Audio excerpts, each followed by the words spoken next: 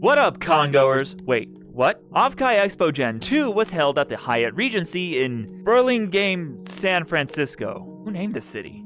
On Thursday, day 0, I had to drive my PC and VR headset all the way up California for 7 hours to help someone run their panel, and it was my fault for giving them the idea in the first place. The idea was cool in practice, but not so great in execution, and I have a larger idea for next year. Offkai, I'll hit you up later if I can create a practical version of it. The hotel was awesome, but also creepy. Looking out the window, depending on where your room is, let you see the world outside, or inside where everyone is gathered during their off time after 3 a.m. like a cult. Not much happened that night aside from a dinner with a bunch of fantastic people, so we'll call it a night and wake up the next day. Day 1. I woke up and went downstairs to get food. Directly down the hall was a perfect view of the Shy Lily car. I was happy to be the second person to get a ribbon, only because their friend was the first. I met up with my friends back in the room, and the first thing we did was go see the rest of the cars. There were a total of 4 fantastic cars on day 1 with wonderful art, graphic designs, stickers, license plates, and these plushies that I completely forgot the name of. I'm so sorry for that. Thank you for telling me though. Took some cosplay photos in front of the Obsidia cutouts, then I went to the Holo Takeover booth while they were still setting up and started spinning their wheel. I was able to put stickers on 2 Oshis, Tower and Aloe. One more cosplay photo of my Oshi, which made my entire week, then we headed down to the vendor's hall. I was able to talk to Idlecorp's first generation, which made me very happy. I asked them a pretty tough question.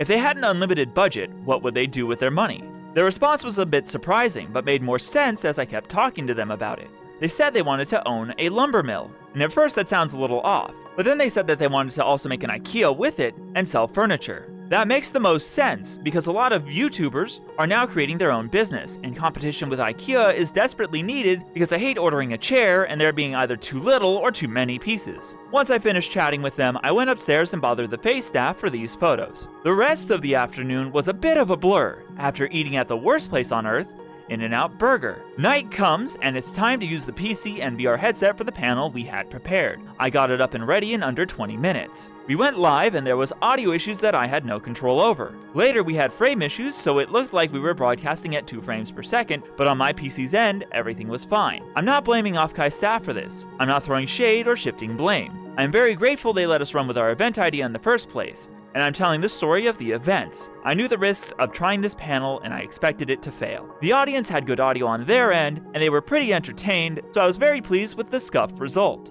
After deconstructing everything, I threw it in my room and we proceeded to the next panel, Evan and Lopi's Ada Ada competition. Surprisingly, there were amazing prizes like a new Elgato Stream Deck, the entire Offkai deck of trading cards, all 128 of them, and a free wall scroll from the Offkai vendor booth. There was a moment of silence at the start as people were a bit nervous to put themselves out there. Evan was judging based on seduction, and Lopi was doing it based on the funny. I decided to break the ice and volunteer as the first person to say it. That gave many more people the confidence they needed. When the panel started, it was about half full. I don't think anyone knew there was going to be prizes. But as time went on, more people got curious about the panel, and by the end of it, the panel had so many participants they had to sit on the ground up front. Someone did a fantastic Doofenshmirtz impersonation, landing him in the finals, while the winner was an actual mother over the age of 50 who had never heard an Ada Ada before this. What can we say? Only the real ones can make it authentic. Congrats to Dragonheart, you deserved it. The night went on, and the final panel we had to attend was at 2 a.m. The 18+ panel with VT Rainbow was insightful,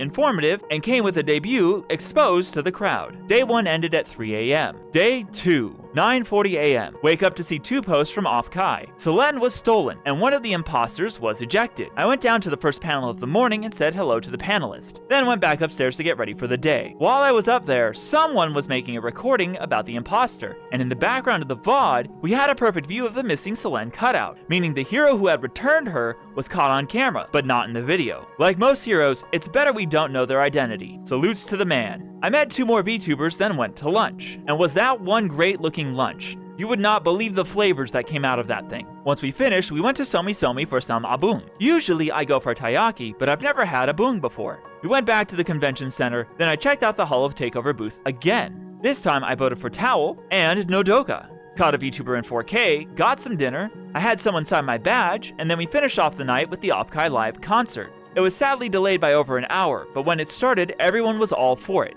great time, wonderful performances. Among Us for sure had a lot of fun. On the final day, day 3, we went to the meet and greet area to visit the Chaos Rabbit. Saw someone with a Shy Lily cutout while in the Shy Lily line. Then we showed Stella Luna around the con on a tablet for about 2 hours. She had a great time, and there were some scuffed interactions between Stella and the other VTubers on the roaming screens, since the mics on both sides were not designed to pick up speakers. I was able to talk to Panko, and took a photo with her, which made my day. There are some cute interactions between Panko and Serena Maiko, who happened to meet face to face as a screen. Even more when they started dancing and moving with joy. I also couldn't believe that they decided to suddenly have a VTuber race. It was interesting seeing 2 VTubers using the same setup have different speeds, even if one had a bit of a head start. The winner this time was Panko. Once things died down near the end of the convention, we went to Pier 39, ate some pizza, and saw Alcatraz. I went back early because I realized I never got the merch I decided on in the vendor's hall. I got back at 5:30. They closed at 5, and missed out on 4 pieces of art I really wanted. Thankfully though, I had Idle Corp staff hold 2 posters for me, and was able to ask someone to get them for me. Thanks Idle Corp for being amazing and giving out these posters to fans. Now then, the pros and cons of the con. The list of the creators they had as guests was incredible. I don't know how they got all of them, and it's a miracle they haven't gone bankrupt yet. I hope they don't have to, because both years so far have been bangers. There was a great space for everyone to socialize. The atrium is probably where we spent most of our time awake. Every panel was fire. The presenters were solid, and the content they offered was worth seeing in person. The staff were fantastic, patient, and courteous. They worked their butts off and did the best they could to provide for attendees. The Face Connect party was awesome, and so were the drinks. I've never had a tastier drink before until I've had NASA's Midnight Dreams. There was a lot of fun to be had at all the room parties. There were a ton of things to do and tons of panels. If you drive away from the convention and explore San Fran, you can find many wonderful places to visit, albeit expensive when accounting for the price of parking by itself being $12 an hour. The food, $20 on average.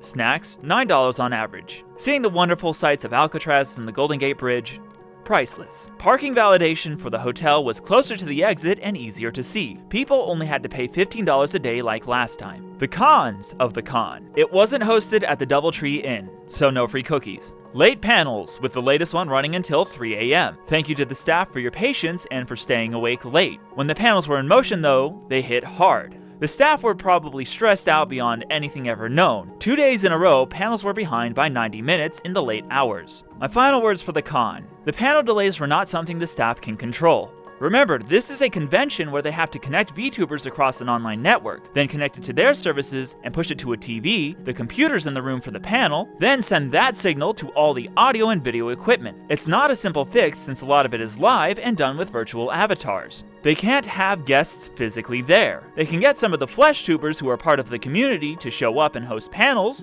and when they were there, those panels went off without a hitch. If you met me at the con and I didn't talk about you or the times that we were together, I'm usually a private person and won't say anything unless I get permission first. Once again, big shout out to Idle Corp and the guy with the Halo Reach hat for being super awesome and holding these for me at the booth after the con ended. Also the other guy who was there both mornings that I didn't get his name of, he had glasses and a beard. Thank you dude, you were the one who offered to hold those for me at the end of the day. What a great year. Thanks all for joining me on this side of the universe, and I'll catch you in the next world.